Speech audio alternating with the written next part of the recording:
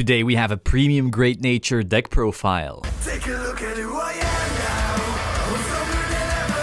And if you ever doubted me, you should've known better. So the Premium collection is out and we finally have some amazing deck profiles to talk about again. This set really shifted the meta so hard, so many decks got better, and it's pretty wide open right now. As you know, I will always make a Great Nature Grand Blue deck, probably Aqua Force as well, and of course a janky Revenger deck every single format. So today we will be going over the Great Nature one specifically. As always, you can get this beautiful Zero Damage Gaming playmat at the link in the description. So we start the profile with this card. Now honestly, it's not that amazing. You don't have to run it. It's in here for a very rare fringe situation where you're like, next turn I'm dead, I can't win, but maybe, just maybe, you can pull some cheese, and that's why it's in here. If you can't afford it, I think it's only 20 in base rarity, so it's not insanely expensive. You don't need 4 like in standard either, but if you can't afford it, you don't need it. It's no big deal. What is, however, pretty important is Belarl, our beautiful lion boy who has been carrying Great Nature for quite a while. He is still the most important aggro stride we have. If you have some face-up G unit, he makes your entire front row gigantic. He does retire said front row, but most of them will be dying anyway of stuff like Crayon Tiger or maybe some other grade 2 we'll talk about. And then you also, of course, get to plus of that, so usually it's okay. However, the big issue this card has always had is that on first stride,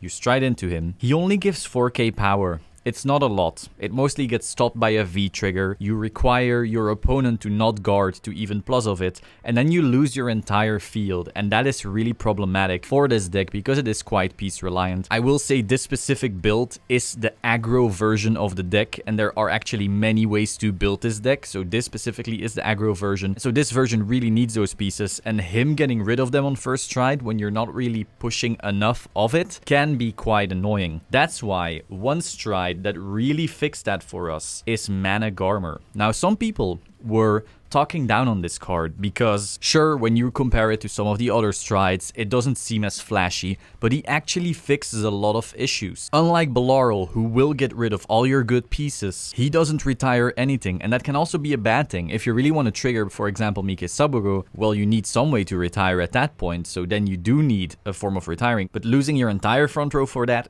isn't always worth it either. This one will just give huge amounts of power, and if you mill triggers instead, you get huge amounts of drive checks and thus pluses. Because don't forget, if you, let's say, mill 3 triggers out of 4, that is not only 3 extra drive checks, it's also +3 to your hand. Now, his second skill gives you a bit of aggro, but it's actually not that amazing. Most people are going, oh, the second skill is the best part. It's like, no. You almost never use the second skill, because if you pump something with Belarl, let's say you pump your entire front row, then you don't really want to replace something of Mana Gormer's skill. So suddenly you would replace something that's huge because of Belarl for something that's small of him just for one more attack. Usually not worth it, especially because the huge thing you're getting rid of will usually be restood by Crayon Tiger anyway, so he would be swinging more and for more power. So the second skill isn't that relevant. What I really like about him is that first skill that just sets up more easily when we don't have a field or when Belarl wouldn't put in enough work. With that being said, I do run 2 because if that second skill is important, you can still flip one with the other, and you never want to go into him twice in the game because then you just deck out. Then we run 1 Leopold Chaser. I know some people have been cutting it. I don't know why. They're wrong. This card is so important. If you see in your hand, okay, I basically have the setup for a Zoa kill. If you don't know, the Zoa combo is just a one-shot kill if you have the pieces. If you see in your hand, okay, I have almost everything, then he fetches you that. For example, let's say your hand has Leopold, Rhino, Monoculus, but you don't have a heal. Ride your Leopold, check stop 4, finds a heal, you call the heal to rearguard, and now Leopold allows you to take that heal to hand. Well, you will retire the heal and then fetch one from deck, but it's the same thing. At that point, you are essentially ensuring the heal to hand so that you can G-guard into then the Zoa combo. So just having the Leopold Chaser as an option if you see, okay, my hand is set up, is amazing. You don't necessarily need to then hope to find it with him or with Belarl. You just know I will end the game next turn and there is nothing my opponent can do about it. So it's just a slight ceiling increase and we don't really need a lot of space anyway. way. Next up, we have one Fernigas. I don't go into this very often. It was relevant in the NLK meta. It was somewhat relevant in a meta where Nubatama was good, which was like before Premium Collection, because then you could wipe your own field. So Tsukumurakan with Bird no longer works. And you can still do that, but in this meta, he no longer has that major purpose, so he becomes more of an anti-rogue strategy. Then we have our Zoa. Of course, for the Zoa kill, if you don't know, Rhino boosted by a Monoculus Tiger is almost unguardable, and if it hits, you win. So that's just a really solid alternative win con this deck has access to. Then we have one Almirage. Almirage doesn't come up that often. Again, against Nubatama, you could cuck Rene with it, because Rene would force you to call 2 cards from your hand and then swing with them, and they swing for big with crits. What you could do is you could Almirage and call something from your hand over the second swing from Rene, and this way stop that attack from happening. And so you guarded the first with this, and then you stop the second from happening. Certain skills wouldn't go off, because if they didn't see it coming, they couldn't use their Mist Frog or their Sadatsugu and so forth. So just having that extra option against Nubatama. It also stops Gredora's on-stride skill from working, because it's only in your own turn that you don't get to call. So now that helps. Then we have one Kundalini, a counter charger. Sometimes we just need it, and then it's there. Then we run one Sankalpa. Sankalpa is just really big. Gets us a draw for a counterblast, and there's really no reason not to run him. You could bump him up to 2. The reason I didn't was because in the last meta, our fields were empty quite often. Ange bounced stuff away, Nubatama emptied the field, and so he wasn't live, which is also why I would always run this as a 2-off for those empty fields. I'm not entirely sure if it's even worth it to run 2 of this and 1 of this now. You could probably, depending on your meta, swap these numbers. Then we have 2 Spangled. This is amazing. This card is so good. It's also in the Revival collection, so very affordable. Also, Bolaral was also in the Revival collection, so this overall G-Zone, apart from the Zoa, is really affordable. So Spangled allows you to empty your hand and then draw into new stuff, so if you want to set up for the Zoa combo, that's much easier. What you can also do is you can guard with 5 cards and then go Spangled and Spangled again and draw 10. So you turn 5 cards into 10, and at that point you are virtually invincible. And then the next turn, now that you flipped 4 G-Guards total, Bolaral will add 16,000 extra power just of those G-Guards, and you probably win. That's just a small little extra combo there. Next up, we have 4 Leopald. Leopald is the best ride, really just the fact that you ride him and then you use the skill. You have a 66% chance or something like that of getting 2 free calls, which is amazing in an aggro piece reliant deck. And then the second time you do it, you have an even higher chance because you have 2 chances of hitting a normal unit off the mill. So he just builds the field for free, which is really nutty. And then of course also gives you the Excel Circle, and Great Nature really scales well with that Excel Circle. So this has to be your ride. Don't ride Big Belly, don't ride Chat Noir, don't even ride Hamsuke. In my opinion, this is so much better. But of course, budget options do exist. Then we have 2 Rhino. As I said, this specific build is an aggro build. We do not focus on the Zoa kill. You can, however, build a version that focuses on the Zoa kill. I just chose for this specific deck profile not to. So this is like an original Silent Tom that also gets power and will be restood by Crayon Tiger. The only way to reliably guard this card is with a G-Guardian, or if you still run the older PGs. So this just puts in real pressure, especially on a Bolaral turn when this guy just gets a 16k boost or a 24k boost and he just becomes gigantic. You can also search him with Mika Subaru, so you can get him pretty reliably even when running 2. However, if you are shifting the focus on this build to the Zoa combo, then you would probably want to run more. We also run 1 Big Belly. This is the Big Belly that has the Crayon Tiger skill essentially, and it's a grade 3, so it's searchable with Mika Subaru, an amazing grade 1. So this way you have an on-demand Crayon Tiger, which means you can really ramp up the speed at which you progress the game. In the early game, you can also fetch him so that on your first stride, you could go into Mana Gormer and then pump up another unit with him, make that unit gigantic, swing, maybe with some extra drive checks, put crits on that unit, swing with it twice because of this Big Belly. So you may be going at a point where this boy goes, finds triggers, puts it on the unit, maybe a crit on there as well.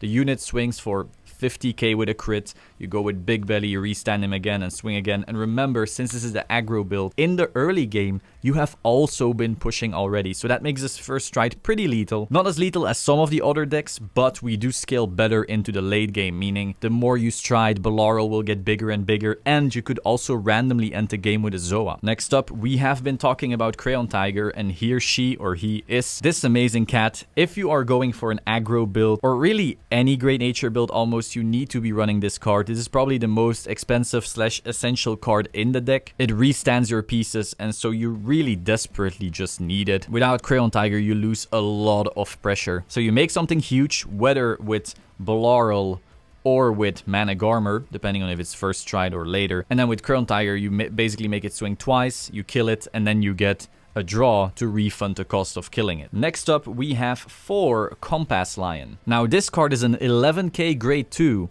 that forces you to retire something at the end of the turn. And that is actually good, because we run grade 1s that actually make you plus off retires or even search specific pieces of retires. So in the early game, being able to ride this card already puts you ahead, in the sense that your opponent will be trying to win the grade 2 game because the power level of Premium Collection on the first try is higher, as we predicted, and so you may want to play the grade 2 game depending on the matchup. This card on your Vanguard circle just makes it so much easier. Loads of their 9k grade 2s no longer hit. You can shut off basically any attack with a defensive trigger. This card just puts in so much defensive work, and then he will also trigger retires so that you can use your Duckbills and your Mika Subarus to start plussing whilst also having a field to push. So this one really helps with the aggro. Now, there's also a clone called Bicolor Taper, or Bicolor Baku in Japanese, and that one does the same thing, but if you hit success 20,000, he no longer retires, and that is the biggest issue. If you try to play the early game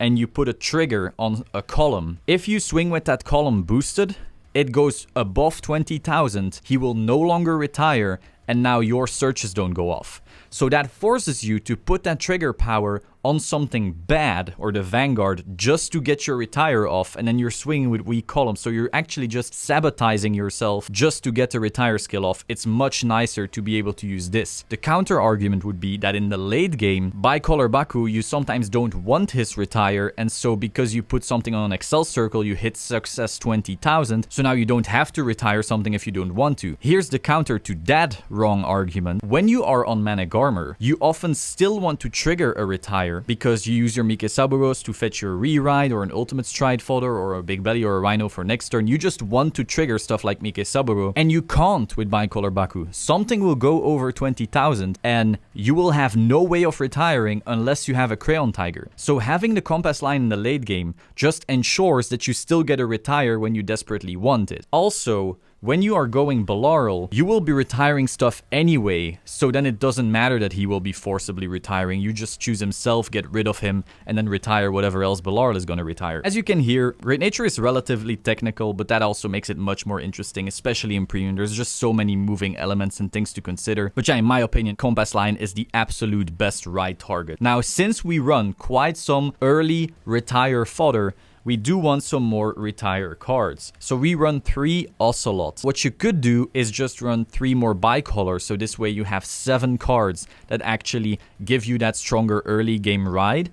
But I really like to be able to choose. Maybe in some matchups I want the aggro, in some matchups I want the defense. Or if you have both, you now have the defense on the V and the aggro on the R, and then you're just scaling even more. But this way we do have 7 targets that can retire stuff so that our grade 1s do trigger. And also in the later game, he will help you hit numbers. And once again, also retire whilst hitting triggers on your rear guard. So you hit a trigger rear guard, you can actually put it on there. You don't have to put it on your Vanguard just so you don't hit success 20,000. And you can keep on pushing that aggro. Now let's talk about the star of the show, Mika Subaru. This guy fetches you your amazing grade 3s. They're all amazing. You have Rhino for a really pressury push. You have Big Belly to restand that Rhino or another big piece. And you have Leopald, which is your right target to keep on making Excel circles. Or you can fetch an Leopald to then try to go into a Zoa play. Being able to fetch any of those grade 3s is just amazing. I think if every deck could run this, they would.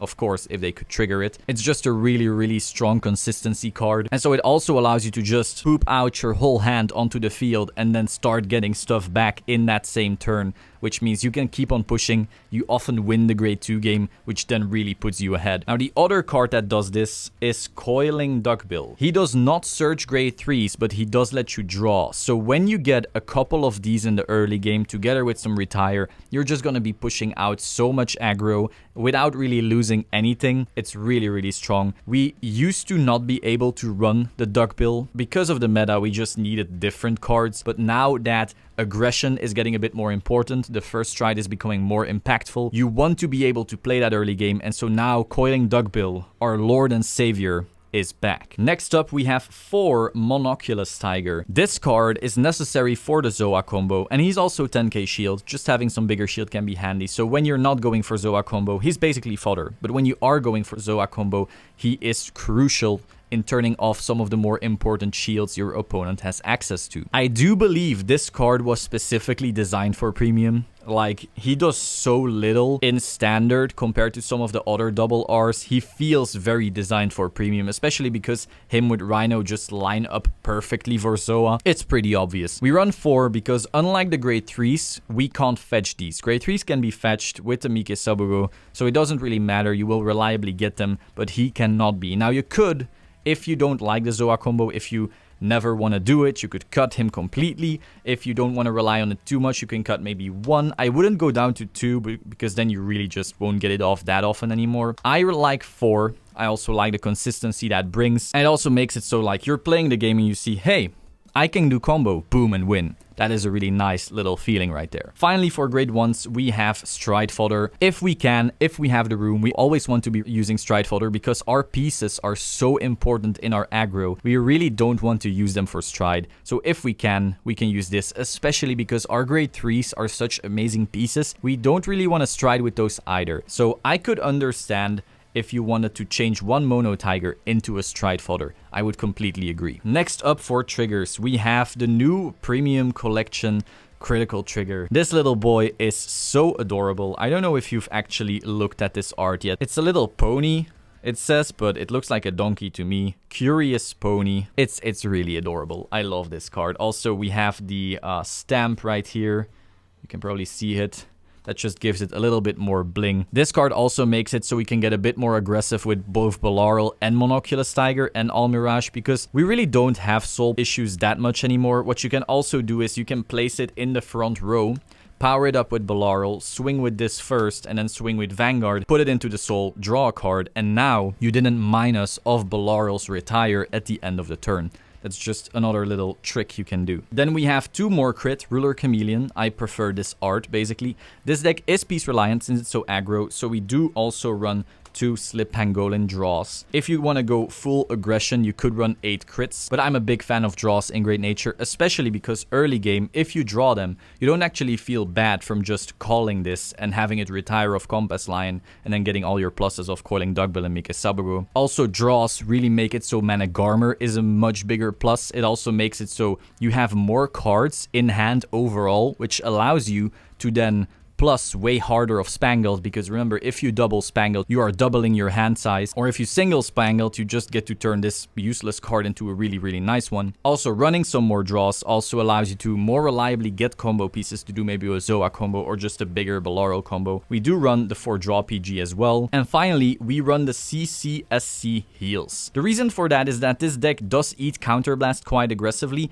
if you are maximizing what your Crayon Tiger can do. If you are both maximizing your Spangleds and your Sankalpas and your Crayon Tigers and your Big Belly Grade 3, you can eat through Counterblast really, really fast. And if we want to keep up with what the meta these days can do, you may actually want to, well, abuse your Counterblast, basically. Another interesting thing is that since Mana Gormer and Leopold mill, or if you're killing this off Leopold Chaser, you now automatically have a heal in your drop zone, so that with your other heal trigger, you now get to CCSC. So this is one of the decks where you get to counter charge and soul charge a lot of these. Other decks usually have to G-guard twice, but this deck just mills so much, gets things to drop zone, and so it will go off very often, especially since now you can Spangled for free, which really helps. Finally, as our starter, we run Blackboard Parrot because we do want to see some more pieces. However, if you really want to rely on the Mika Subaru to get you whatever you want, you could run a Telescope Rabbit, which then allows you to always have a retire to get your correct grade 3 rides. That is a bit more consistent, but then you have less plus overalls. So that's basically the deck post Premium Collection. Overall, I feel like